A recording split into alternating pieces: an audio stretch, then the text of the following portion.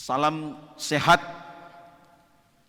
salam mujizat, salam sejahtera bagi kita sekalian dan shalom. Malam ini kita bersyukur ada di sini lagi, bersama-sama beribadah, memuji Tuhan dan mendengarkan firman Tuhan.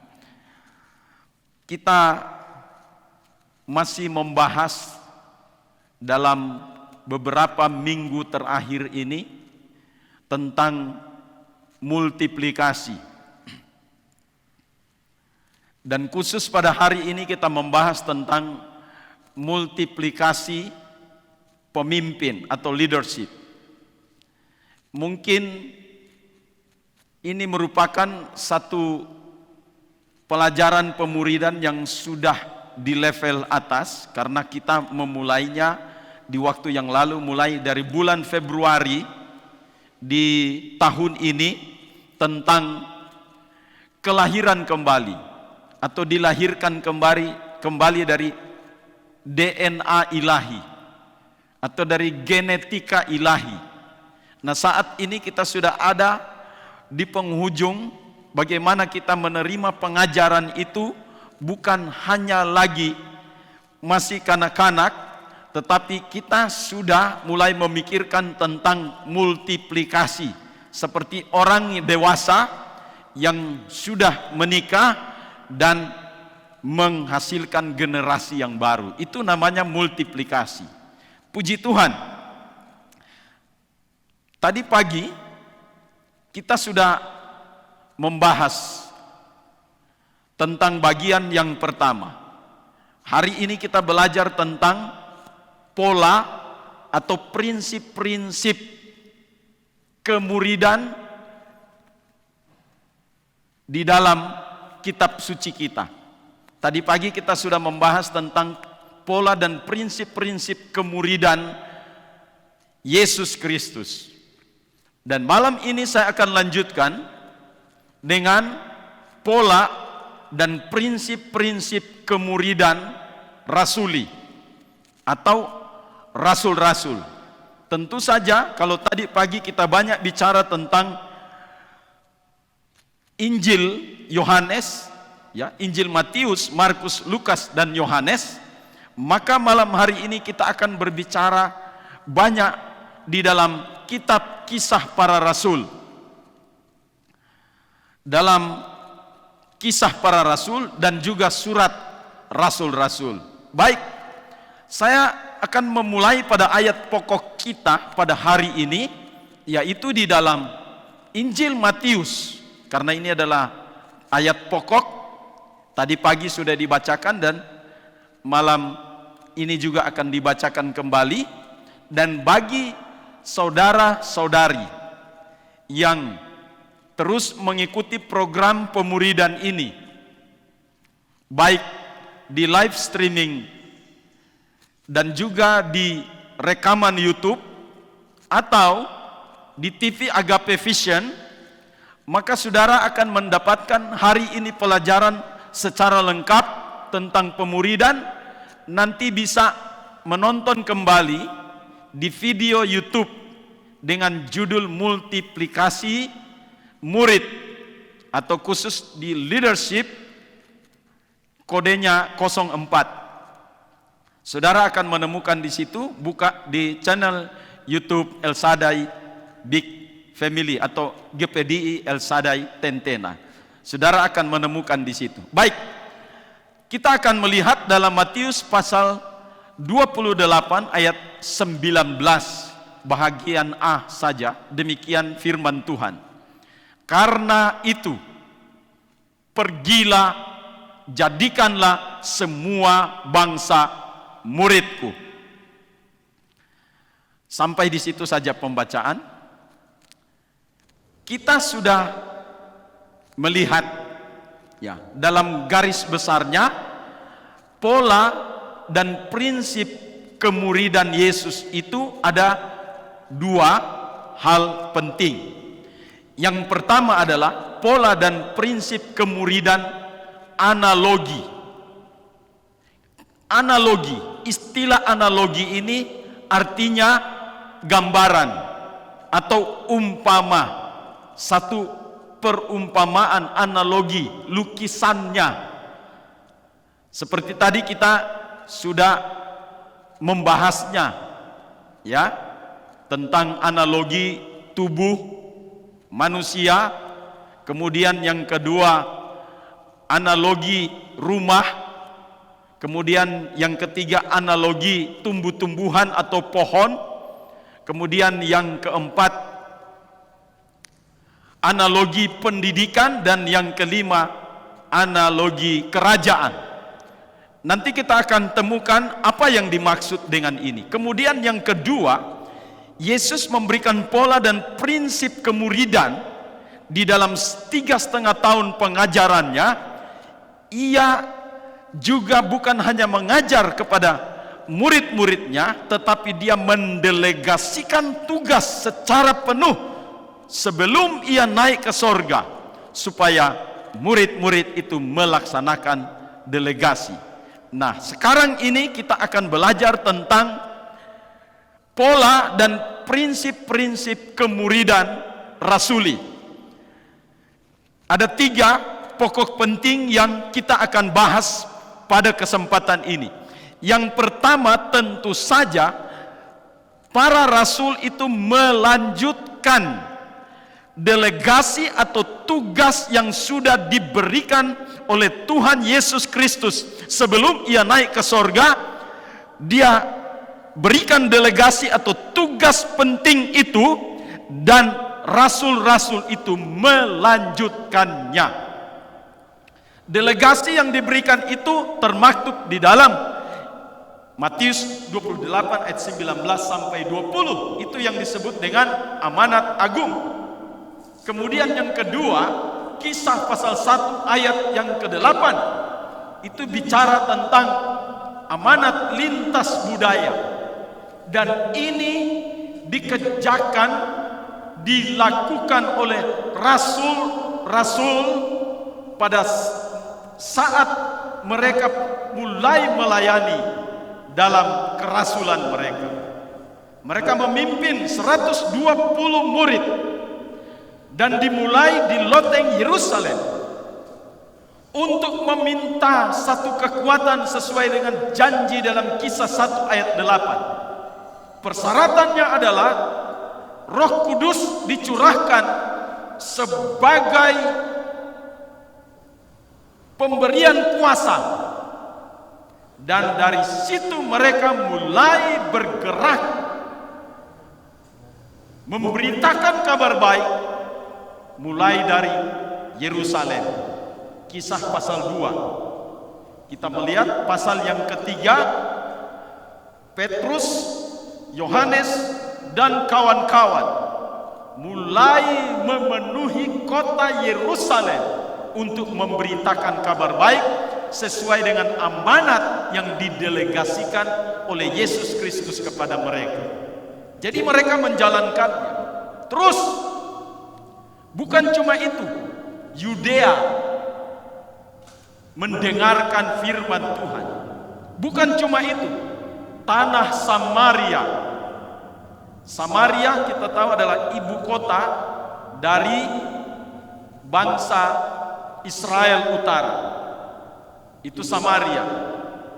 Ya, kalau dulu setelah Salomo memerintah, maka kerajaan Israel itu terbagi menjadi 2. Israel Utara, 10 suku menempati bagian utara. Ibu kotanya Samaria. Kemudian Israel Selatan, 2 suku menempati bagian selatan. Ibu kotanya tetap Yerusalem. Tapi Yesus mulai membalikkan situasi untuk gerakan Injil Kristus yang didelegasikan kepada rasul-rasul. Kemudian mereka bergerak bukan cuma di tanah Yudea atau Yehuda atau di kisaran ya bangsa Yehuda atau Yahudi, tapi dia bergerak ke utara, yaitu ke Samaria. Bukan cuma itu, sampai di Antioquia menjadi basis kekristenan pada gereja non-Yahudi, sampai merambah ke bagian Asia Kecil, kemudian menyeberang ke benua Eropa, sampai ke Roma, sampai ke ujung bumi. Kisah 1 ayat 8 digenapi oleh rasul-rasul. Puji Tuhan, ini sesuatu yang sangat menarik. Jadi rasul-rasul itu tidak mengabaikan amanat yang diberikan oleh Yesus Kristus Tuhan kita. Poin yang kedua, pola dan prinsip kemuridan rasuli. Yang kedua adalah rasul-rasul ini mengembangkan pola yang sudah ditanamkan oleh Yesus Kristus tentang analogi gereja Tuhan. Dilakukan juga oleh para rasul. Dan rasul-rasul tahu mereka tidak akan menyimpang sedikit pun dari pola yang sudah diberikan oleh Yesus Kristus kepada murid-muridnya untuk dijalankan. Tidak ada patron, tidak ada pola yang lain. Ya, ini yang mereka kembangkan. Nah, saya mulai ulas secara umum pada kesempatan ini. Detailnya seperti ini. Yesus Kristus itu memberikan atau menganalogikan gereja itu seperti tubuh manusia. Tadi pagi sudah saya jelaskan, ambil di dalam Yohanes pasal 3. Mulai ayat 1 sampai ke ayat yang ke-21. Dan dikembangkan oleh rasul-rasul. Di mana kisah di dalam Yohanes pasal 3 itu ditulis oleh seorang murid yang bernama Yohanes. Tetapi di dalam pengembangan surat-suratnya yang ditulisnya dalam surat 1 Yohanes, 2 Yohanes, dan 3 Yohanes, itu juga menyangkut tentang prinsip-prinsip sebagai anak-anak Allah yang lahir dari Allah. Jadi Rasul Yohanes dalam surat-suratnya ini dia mengembangkan tentang tulisan-tulisan yang tentu saja ini adalah inspirasi ilahi untuknya dan ditulisnya di dalam surat 1, 2, dan 3 Yohanes. Itu bicara tentang bagaimana pertumbuhan rohani secara dalam analogi sebagai tubuh manusia. Dan akhirnya Yohanes menulis kitab Wahyu. Dan ia pun mengikut sertakan di dalam tulisannya itu dalam Wahyu pasal yang ke-12 tentang gereja Tuhan yang sempurna. Jadi kita melihat dari lahir kemudian bertumbuh sampai pada gereja sempurna, ya, pengantin wanita, kemudian melahirkan anak laki-laki. Ini gambaran dari multiplikasi, saudara-saudari sekalian. Jadi kita lihat lagi bicara tentang tubuh Kristus itu juga ditulis oleh Rasul Paulus di dalam surat Korintus tentang anggota-anggota tubuh. Ada yang jadi mata, ada yang jadi tangan dan lain sebagainya. Ini analogi. Ini satu gambaran tentang gereja Tuhan dianalogikan seperti itu. Jadi rasul-rasul juga mengembangkan tentang analogi tubuh manusia. Kemudian yang kedua, analogi rumah. Kita sudah membahas pagi yang terambil di dalam Matius pasal yang ke-7 ayat 23 sampai dengan ayat yang ke-25 tentang analogi rumah. Jadi gereja Tuhan itu dianalogikan atau digambarkan seperti membangun rumah. Jadi gereja Tuhan memulai dengan membangun rumah di atas dasar yang benar. Karena dalam Matius 7 itu ada di atas pasir, kemudian ada di atas batu. Yang pasir goyah, di atas batu tetap teguh. Matius pasal 16 ayat 18 katakan begini kepada Petrus. Yesus mengatakan kepada Petrus, di atas batu karang ini aku akan mendirikan jemaatku. Jadi ini bicara tentang pembangunan rumah. Luar biasa. Petrus menangkap itu dan pada waktu ia menjalani pelayanan kerasulannya, ia pun menulis banyak tentang pembangunan rumah Allah. Di dalam surat Petrus kita tahu bahwa ada batu penjuru, ya. Itu sangat connect sekali dengan Matius pasal 16 ayat yang ke-18. Waktu Yesus berkata kepadanya, dan ia ungkapkan lagi Yesus itu sebagai batu penjuru. Dan kita harus berdiri di atas dasar. Kemudian Petrus menulisnya, kita ini sebagai batu-batu hidup yang disusun, ya, rapi tersusun, batu-batu hidup. Ini bicara tentang analogi rumah. Juga dinyatakan di dalam surat Efesus. Rasul Paulus menulisnya juga hal ini di surat Efesus tentang pembangunan rumah Allah. Kemudian tadi pagi kita sudah belajar juga tentang bagaimana Yesus memberikan analogi tentang tumbuh-tumbuhan atau pohon. Di dalam Matius pasal yang ke-13 itu perumpamaan tentang seorang penabur. Ya. Jadi analoginya itu adalah gambarannya kalau kita gereja Tuhan dianalogikan seperti tumbuhan atau pohon itu ditanam dulu.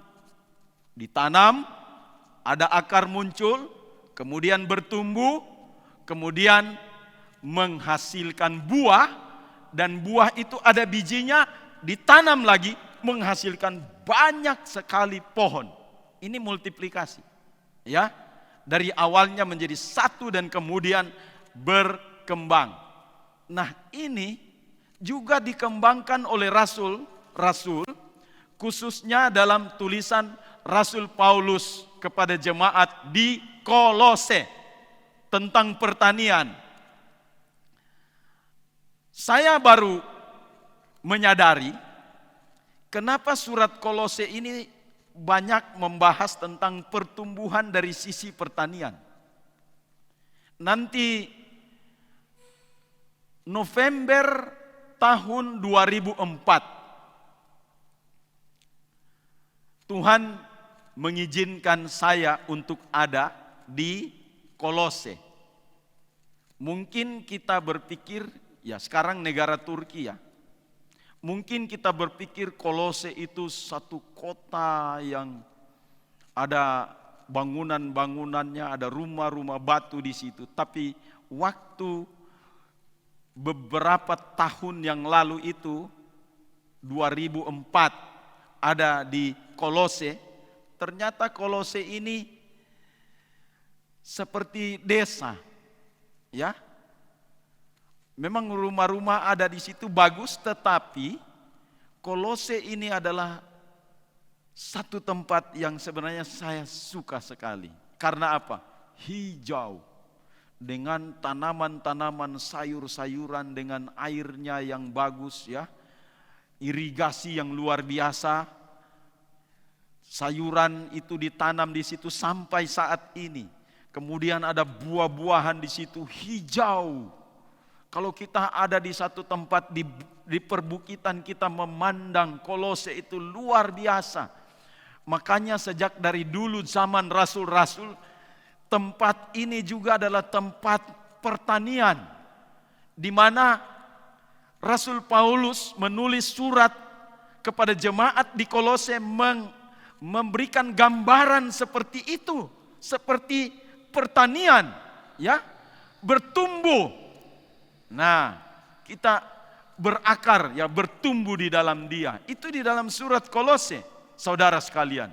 Kemudian analogi yang keempat yaitu pendidikan. Dalam surat-surat rasul-rasul juga banyak mengutip tentang seorang guru dan murid. Itu tetap ada. Dan pola yang mereka terapkan dalam gereja mula-mula itu pemuridan. Karena analogi pendidikan. Ya. Yesus juga menyatakan itu di masa pelayanannya 3,5 tahun. Di mana ada pendidikan di situ. Kalau kita bicara tentang pendidikan, berarti kita harus mulai start dari sekolah dasar, sekolah menengah, sekolah tinggi, dan universitas. Ini jenjangnya. Gereja Tuhan dalam meningkatkan seluruh potensi dalam kehidupan gereja Tuhan harus juga mengikuti jenjang. Tadi pagi saya sudah bahas tentang sekolah dasar Bethlehem. Kita belajar banyak tentang Yesus sebagai dasar, sebagai penyelamat, sebagai juru selamat kita. Kita juga kemudian belajar tentang sekolah menengah padang gurun. Kita belajar tentang kehidupan ini, kita harus dibawa kepada satu tempat yang kita tidak suka. Ini juga di dalam surat-surat dibahas seperti Roma pasal yang ke-6. Di situ ada ditulis dipimpin oleh Roh. Kalau kita kaitkan dengan Matius pasal yang ke-4 mulai ayat 1, Yesus dibawa oleh Roh ke padang gurun. Dan Roma pasal 8 itu kita juga dibawa untuk memahami bahwa kekristenan itu harus dipimpin oleh Roh. Dalam tanda kutip, walaupun tempat itu tidak kita sukai. Katakan amin. Nanti kita akan sadar, kenapa harus ada sekolah padang gurun? Karena Wahyu pasal 12 menyatakan bahwa gereja yang sudah sempurna itu disingkirkan kemana? Di padang gurun. Coba kita bayangkan, kalau gereja Tuhan tidak dalam pendidikan padang gurun, waktu kita dibawa ke sana kewalahan. Tetapi inilah maksud Tuhan, untuk kita mau belajar tentang hal ini, supaya kita memahami pendidikan Tuhan, memahami pengajaran Tuhan, bahwa waktu Tuhan mengajar kita untuk masuk kepada pendidikannya, sekolahnya, berarti ada tujuan dan maksud untuk Tuhan membawa kami, membawa kita seperti apa. Nah ini, kita disingkirkan di padang gurun. Untuk apa? Untuk supaya kita terpelihara di sana dalam masa aniaya besar. Nanti kalau kita tidak melalui pelatihan padang gurun, saya tidak tahu apa yang terjadi. Kalau gereja Tuhan terus disingkirkan ke padang gurun, kita tidak pernah belajar. Loh, kenapa saya dibawa di sini? Kenapa saya dibawa di sini? Sama dengan bangsa Israel. Belajar dari pelajaran bangsa Israel waktu keluar dari Mesir menuju tanah Kanaan. Tidak ada pelatihan sebelumnya dalam perjalanan. Makanya orang Israel itu paling banyak bersungut-sungut kepada Musa. Kenapa? Belum ada pelatihan. Yang mereka tahu ya dijajah saja. Tapi untuk jalan sini, jalan di sini, mengalami hal itu, hal yang sangat baru. Kenapa terjadi seperti ini? Kita boleh belajar dari ini. Bahwa Tuhan punya maksud untuk mendidik kita. Haleluya. Jadi kita masuk pada sekolah padang gurun, juga kita mau belajar di sekolah tinggi Taman Getsemani. berdoa, kemudian mengikuti kehendak Tuhan. Kan Tuhan sudah mengajar kita untuk kita berdoa itu, datanglah kerajaanmu, jadilah kehendakmu. Jadi saya mau beritahukan di sini, kadangkala kehendak Tuhan itu tidak cocok dengan kehendak kita. Amin. Itu kadangkala kehendak Tuhan tidak cocok dengan kehendak kita. Mas Abrur, iya, Taman Getsemani adalah saksinya. Yesus berdoa, Bapa, kalau boleh, ini kehendak manusiawinya. Kalau boleh, cawan ini lalu daripadaku. Bertentangan. Manusiawinya menginginkan bahwa ia kalau boleh tidak minum cawan itu. Tapi kehendak Tuhan harus minum cawan itu. Sehingga ia berkata, biarlah kehendakmu yang jadi. Langsung minum cawan Getsemani. Kalau dia sudah meminumnya, berarti dia melanjutkan perjalanannya ke Via Dolorosa. Ya, menuju salib, di mana Golgota menanti. Maka kalau sudah lulus dari situ, di mana Tuhan bawa kita kepada kehendaknya, walaupun kehendak kita lain yang kita tidak suka, Tuhan bawa lulus di situ, masih masuk lagi ke Universitas Golgota, Unigo. Ya, di situ kita akan dididik lagi tentang menyalibkan daging. Ini sangat sulit memang kalau kita dalam pelajaran pendidikan Tuhan menyalibkan daging. Sulit, tapi harus kita laksanakan. Dan akhirnya berakhir dengan daging itu mati sama sekali. Ya, itu akhir dari pendidikan Golgota, Universitas Golgota. Ini pendidikan yang tertinggi. Kalau daging kita sudah mati sama sekali, sudah 0%, itu artinya kita sudah ada pada titik kesempurnaan gereja Tuhan. Yang siap diangkat oleh Yesus Kristus Tuhan kita. Dan tidak mengalami lagi masa-masa sulit di antikris, tapi kita disingkirkan dulu. Setelah waktu penyingkiran itu terjadi, baru Tuhan Yesus datang. Kemudian kita diangkat. Kenapa? Kadar kedagingan kita sudah 0%, sudah mati. Artinya inilah kesempurnaan gereja Tuhan. Ini bicara tentang analogi pendidikan. Itu dikembangkan oleh rasul-rasul di dalam surat-suratnya. Banyak sekali, kalau saya mau beberkan satu persatu, tidak cukup pada malam hari ini. Ya. Kemudian yang terakhir, analogi kerajaan. Yesus Kristus memberikan banyak sekali perumpamaan tentang hal kerajaan Allah. Dan ini dikembangkan, analogi ini dikembangkan oleh rasul-rasul.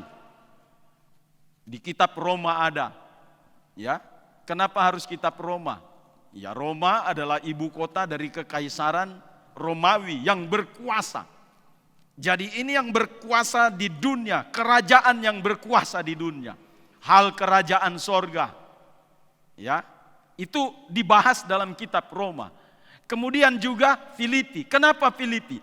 Filipi adalah kota Romawi. Juga di situ banyak warga negara Roma di Filipi.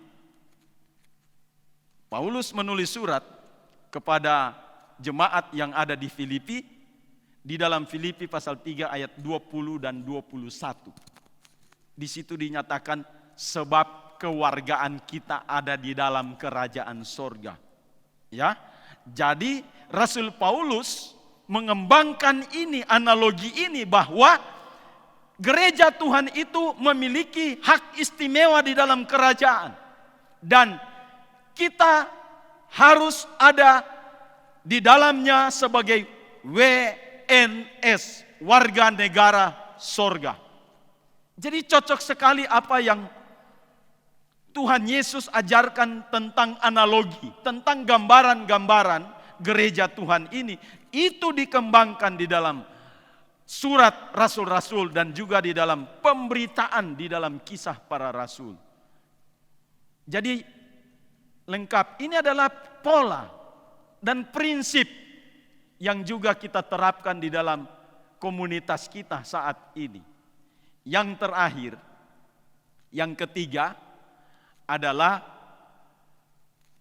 rasul-rasul juga tidak lupa diri. Jadi kepemimpinan itu bukan hanya mereka tahu bahwa usia mereka akan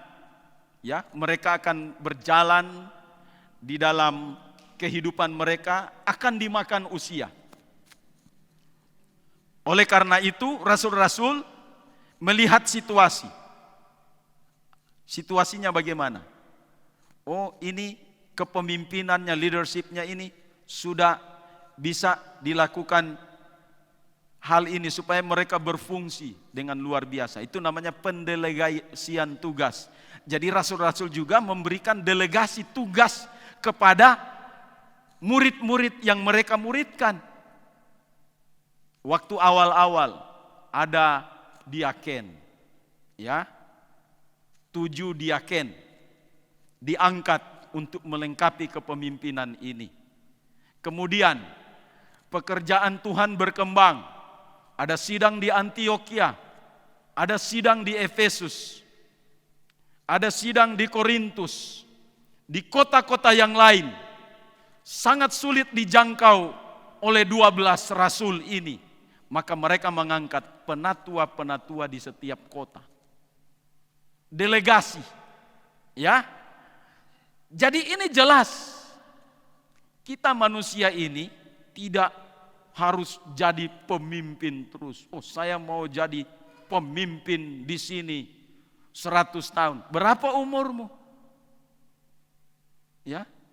Jadi dimanapun kita berada dipercayakan dalam satu kepemimpinan harus ada pendelegasian tugas. Rasul-rasul pun melakukan hal seperti ini. Supaya apa? Supaya terjadi prosedur multiplikasi. Nah, ayat terakhir yang saya ingin bacakan di sini yaitu 2 Timotius pasal 2 ayat yang kedua tentang hal pemberian delegasi ini, tugas yang penting ini kepada orang lain supaya semua berfungsi dengan baik di dalam pekerjaan Tuhan. Nah, ini yang jelas. 2 Timotius pasal 2 ayat 2 berkata begini. Apa yang telah engkau dengar daripadaku. Jadi ini surat Timotius ini ditulis oleh seorang rasul yang bernama Paulus kepada seorang yang bernama Timotius. Kenapa begitu? Karena Paulus adalah mentornya Timotius. Sehingga Paulus mengatakan begini, apa yang telah engkau dengar daripadaku. Artinya pengajaran-pengajaran yang diberikan oleh rasul itu, Rasul Paulus, itu sudah diterapkan kepada Timotius. Nah, selanjutnya apa? Di depan banyak saksi, percayakanlah itu kepada orang.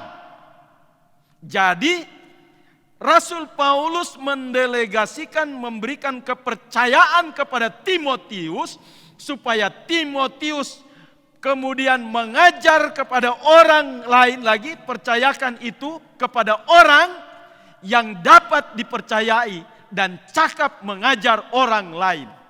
Jadi berapa lapis ini? Dari Paulus kepada Timotius, dari Timotius kepada orang yang cakap mengajar orang yang lain. Ini adalah sirkulasinya. Jadi pola dan prinsip kemuridan ini harus terjadi di dalam gereja Tuhan. Kalau tidak terjadi hal yang seperti ini, maka gereja itu dipertanyakan. Untuk apa? Untuk multiplikasi, pelipat gandaan. Ingat, kita ini tidak bisa kerja hanya seorang diri. Semakin banyak pekerja-pekerja, semakin banyak jangkauan ladang-ladang yang kita bisa kerjakan. Kalau cuma sendiri, bisa mati berdiri, saudara-saudari sekalian. Tapi kalau banyak pekerja-pekerja dipercayakan, ya tapi dalam tanda kutip. Jangan pekerja yang sudah dipercayakan, dia bikin pola atau prinsip yang lainnya. Ini bisa kacau juga ini, saudara sekalian. Jadi pola atau prinsipnya sama seperti apa yang Yesus ajarkan, itu juga dilanjutkan oleh rasul-rasul. Dan rasul-rasul itu mempercayakan juga kepada Timotius, kepada Titus, untuk orang yang lain, mengajar orang yang lain. Sampai hari ini, kekristenan di dunia mencapai 30,02%. Ini adalah program multiplikasi. Walaupun di sana sini masih banyak kebocoran-kebocoran dalam dunia kekristenan untuk pola-pola ini, tapi syukur bagi Tuhan, kita sudah melihat kemajuan yang signifikan. Tuhan Yesus memberkati kita sekalian. Kiranya pola dan prinsip-prinsip kemuridan ini boleh terjadi juga di dalam setiap kita, dan kita mengambil bagian di dalamnya. Haleluya. Amin. Tetap semangat. Tuhan Yesus memberkati.